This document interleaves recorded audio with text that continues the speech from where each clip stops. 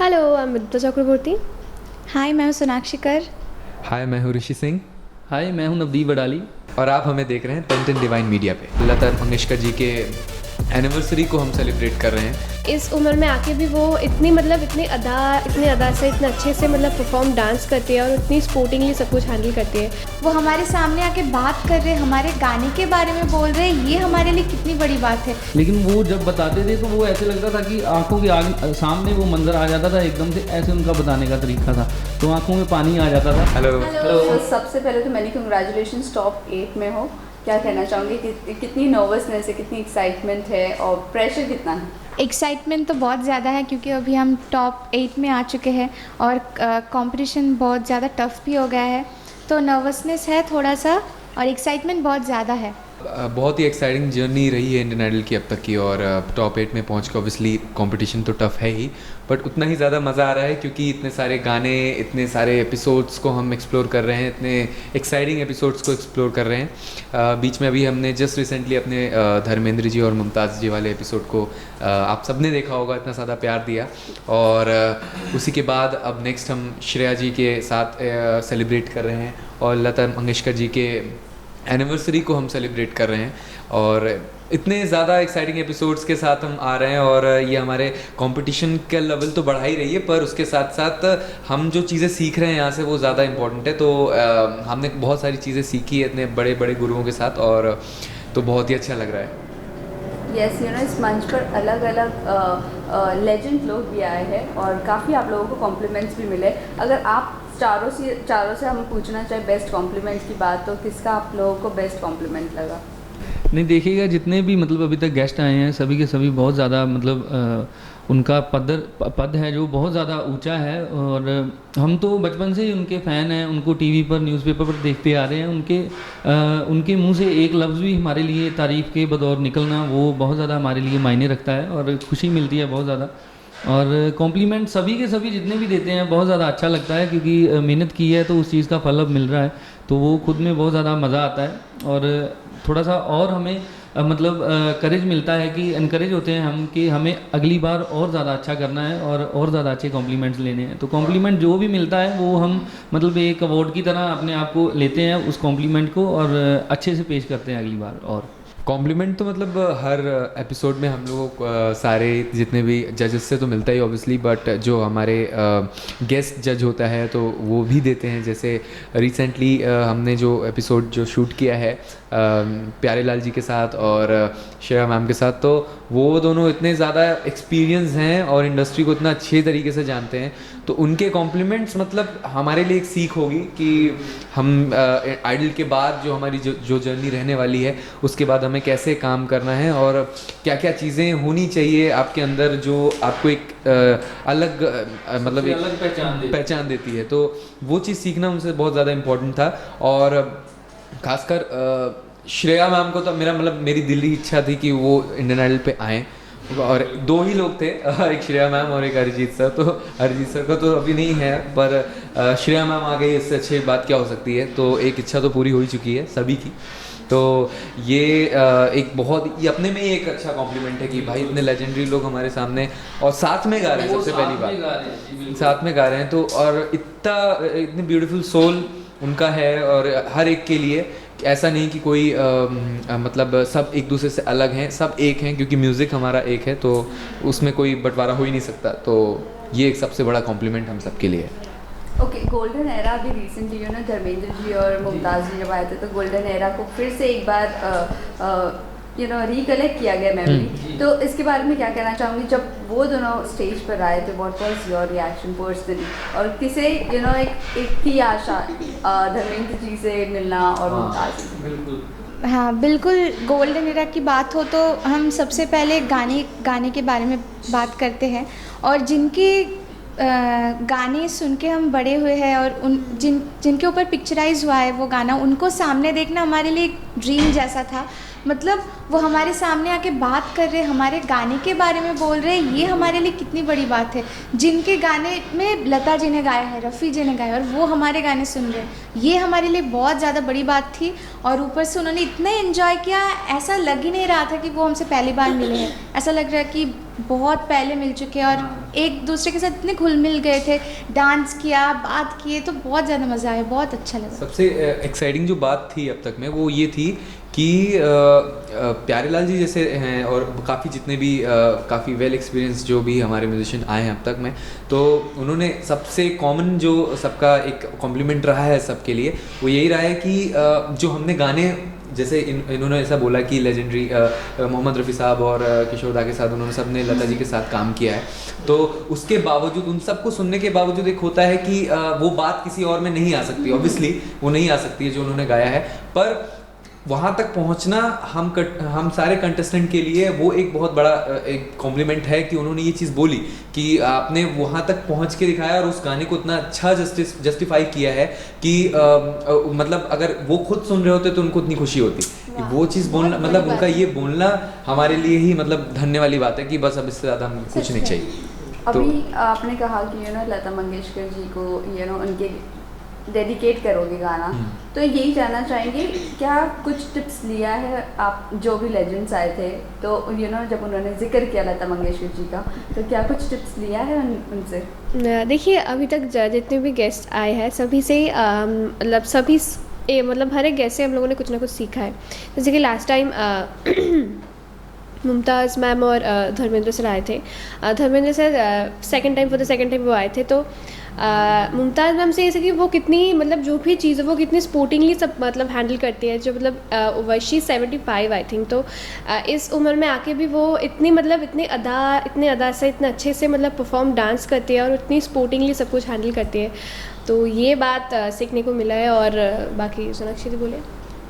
हाँ, लता जी के गाने तो जैसे कि आपने बोला कुछ टिप्स लिया है लेजेंडरी, मतलब हर एक गाने का एक अलग अलग स्टोरी है। हर एक गाने में लता जी ने कैसे वो गाने को रिहर्स किया था, कैसे प्रैक्टिस किया था, कैसा था, तो वो हर एक चीज़ हमें सीखने के लिए मिला। और वो सुनना एक बहुत ज़्यादा बड़ी बात थी हम लोगों के लिए कि क्योंकि हमने कभी हम में से किसी ने भी लता जी को नहीं देखा सामने से, तो वो कैसे गाते थे, वो उनका क्या बोलना था इस गाने के बारे में। कभी कभी तो ऐसा होता था कि जैसे बोला बिंदिया चमकेगी में, तो बिंदिया चमकेगी चूड़ी खनकेगी, उनको नेक्स्ट लाइन का सुर कैसा होगा वो उनको पहले से ही पता था, तेरी नहीं ऐसा होना चाहिए, मतलब वो गाने पहले से बनाया नहीं थे प्यारेलाल जी ने, तो उनको ये आइडिया पहले से, तो अच्छा सुर ऐसा होना चाहिए, तो उनमें ये बात थी पहले से। तो ये सुन के मतलब हम लोग जब सुन रहे थे ना, हमारे रोंगटे खड़े हो रहे थे से सुन के, कैसे हो सकता है, हर एक बात पे गूज़बम्स आ रहे थे, बहुत ज़्यादा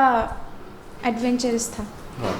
ऋषि आपसे जानना चाहेंगे पर्सनली, हमने देखे जितने भी गेस्ट आए हैं आपको काफ़ी ज़्यादा कॉम्प्लीमेंट्स मिलते गए हैं, चाहे वो कार्तिक आर्यन है, चाहे वो करण जौहर हो, चाहे फराह खान हो, और सभी लोगों ने आपको काफ़ी ज़्यादा एडमायर किया, तो इसके बारे में आप क्या कहना चाहेंगे? उनका एडमिरेशन ही हमारे लिए बहुत ज़्यादा इम्पोर्टेंट है, क्योंकि इतना अच्छी बात उतने बड़े बड़े इंडस्ट्री के इतने बड़े बड़े लोगों ने मतलब बोला है मेरे लिए, तो इससे ज़्यादा क्योंकि मैंने ये चीज़ मुझे मतलब ऐसा रहता है ना कि कभी कभी मिक्सअप हो जाती है कि मुझे कभी खुद नहीं याद रहता, मुझे कभी रियलाइज़ नहीं हो पाता कि अरे यार ये चीज़ें बोली थी, क्योंकि पर बीच बीच में जैसे मेरी घर में बात होती है तो पापा मुझे ये चीज़ें रिमाइंड कराते रहते हैं और ऐसे कॉल करके बताते रहते हैं कि अरे तुम्हारे बारे में ऐसा बोला, सुना, बहुत अच्छा लगा। तो ये सुन के तब अच्छा लगता है कि अब लग रहा है कि जो मैंने उनके सामने जो गाया और उन्होंने जो मेरे बारे में जो चीज़ बोली वो सफल हो गई, जो पापा तक बात लग गई, वहाँ तक तो पहुँच गई, वो एक सबसे ज़्यादा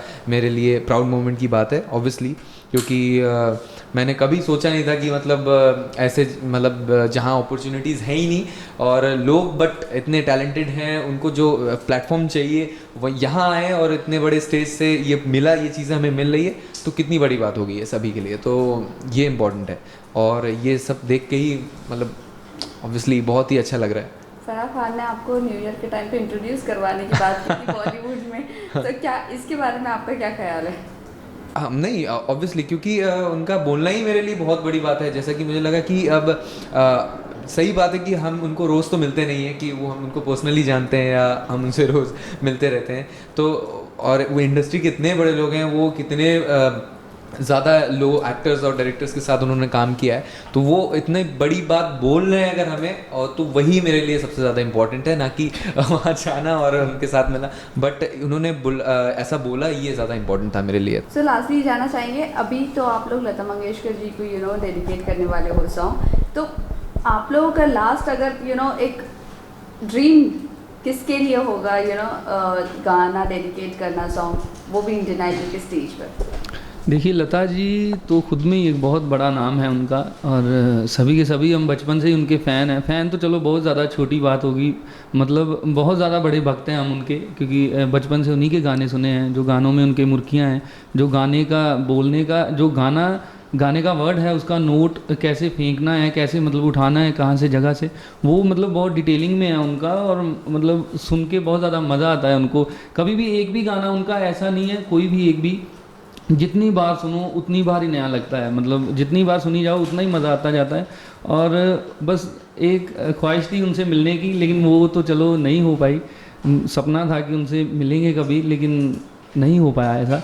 तो लेकिन बहुत ज़्यादा मज़ा आया इस बार के एपिसोड में, क्योंकि हम लता जी को सेलिब्रेट कर रहे हैं, और सभी ने बहुत ज़्यादा अच्छा गाया, और श्रेया मैम और प्यारे लाल जी आए थे, और उन्होंने बहुत ज़्यादा अच्छे कमेंट्स दिए, अपने कॉम्प्लीमेंट्स दिए, और काफ़ी सारे उन्होंने स्टोरीज़ भी बताई कि कैसे किस गाने के पीछे क्या स्टोरी रही है, कैसे लता जी आकर रिकॉर्ड करते थे। उन्होंने एक एक चीज़ पूरी डिटेलिंग में बताई है, और एक एक चीज़ जब भी बताते थे तो रों कंडे खड़े होते थे। मतलब ऐसा उनका इमोशनल बताने का भी तरीका एक होता है, मतलब एक हम तो ऐसे ही बात कर देते हैं ना कि कोई चीज़ हमने एक्सप्लेन करनी है तो ऐसे ही बात बता देते हैं, लेकिन वो जब बताते थे तो वो ऐसे लगता था कि आंखों के आगे सामने वो मंजर आ जाता था एकदम से, ऐसे उनका बताने का तरीका था, तो आंखों में पानी आ जाता था। लेकिन बहुत ज़्यादा मज़ा आया इस बार, और आपको भी बहुत ज़्यादा मज़ा आया।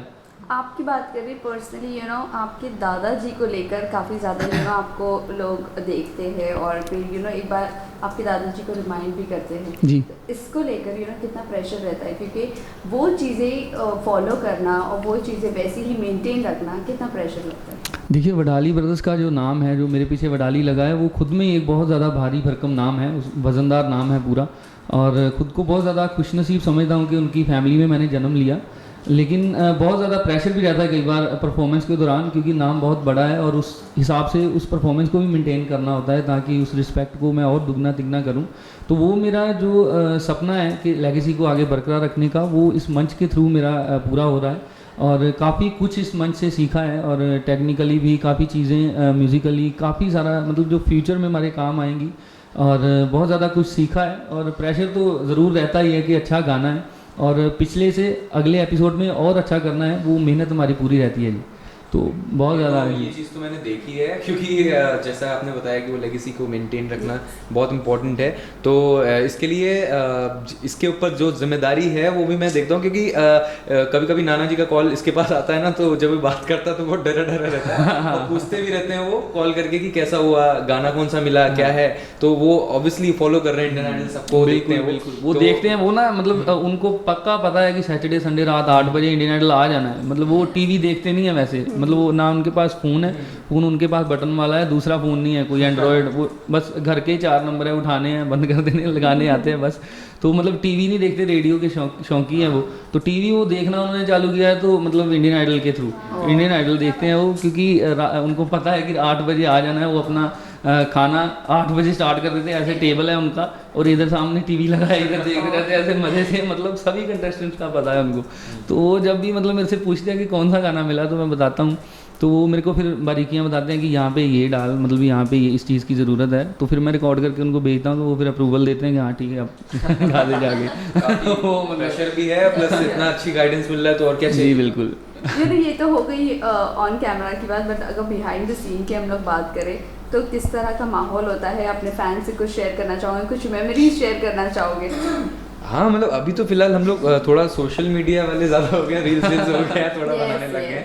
तो एक्चुअली फ्री टाइम्स में हम कभी रील्स बनाते रहते हैं और आजकल ट्रेंड्स भी चल रहा है रील्स का, तो उसमें भी शिवम, नवदीप और सब भी विदित और सोनाक्षी, सेंजुती काफ़ी और सब रील्स और ये सब में ज़्यादा इन्वॉल्व हैं। तो फ्री टाइम में तो हम फिलहाल यही करते हैं और बाकी खाना खाते टाइम जैसे हम ऐसा नहीं, सिर्फ रील्स नहीं बनाते हैं, बहुत कुछ करते हैं ना, मस्ती करते हैं सिर्फ। वाह, हाँ फ्री टाइम में हम बहुत कुछ करते हैं, जैसे एक दूसरे के घर में जाके बेल्स बजाना, नॉक करके भाग जाना, फिर क्या कहते हैं वो कॉमन नंबर से फ़ोन करके हम अपने लैंडलाइन नंबर बताते हैं उसके से दूसरे रूम में कॉल करते हैं। तो सिर्फ रील्स नहीं, एक बार उठाया तो डर गई। सब कुछ करते हैं हम, ऐसा नहीं कि बहुत शांत। ये सही बोला तुमने। श्रीशी, आपको काफ़ी लास्ट क्वेश्चन, आपको काफ़ी ज़्यादा छेड़ा जा रहा है, आपको ये जानना चाहती है पब्लिक फैंस जानबूझकर छेड़ा जा रहा है। क्या चल रहा है, तो ये जानना चाहेंगे क्या है वो बॉन्ड? बॉन्ड मतलब वैसे तो मेरा सभी के साथ ही बहुत ही अब तो गहरा रिश्ता हो गया है, क्योंकि यहाँ के बाद ही अपना ये एक फैमिली बन गई है। तो ये चीज़ें रखना, ये चीज़ें मेंटेन करना मेरा एक रिस्पॉन्सिबिलिटी है हमेशा के लिए। तो ये चीज़ तो मैं कभी, ये बॉन्ड तो कभी नहीं तोड़ूंगा मैं ऑब्वियसली, और इसको हमेशा बरकरार रखूँगा, ये मैं कहना। Last message to your fans and viewers. बस ये बोलना चाहेंगे कि जैसे आप लोग हम सबको प्यार दे रहे हैं, वैसे ही प्यार देते रहे अपने वोट्स के थ्रू, अपने फेवरेट कंटेस्टेंट को वोट करते रहिए। अभी सैटरडे संडे रात 8 बजे से 12 बजे तक वोटिंग लाइन्स खुली रहती है। और बाकी बोलिए ना बाकी वोट करना बिल्कुल मत भूलिए और देखते रहिए Indian Idol season 13 only on Sony TV, रात 8 से 9:30 बजे तक। 9:30 बजे तक, Saturday Sunday, every Saturday Sunday, please.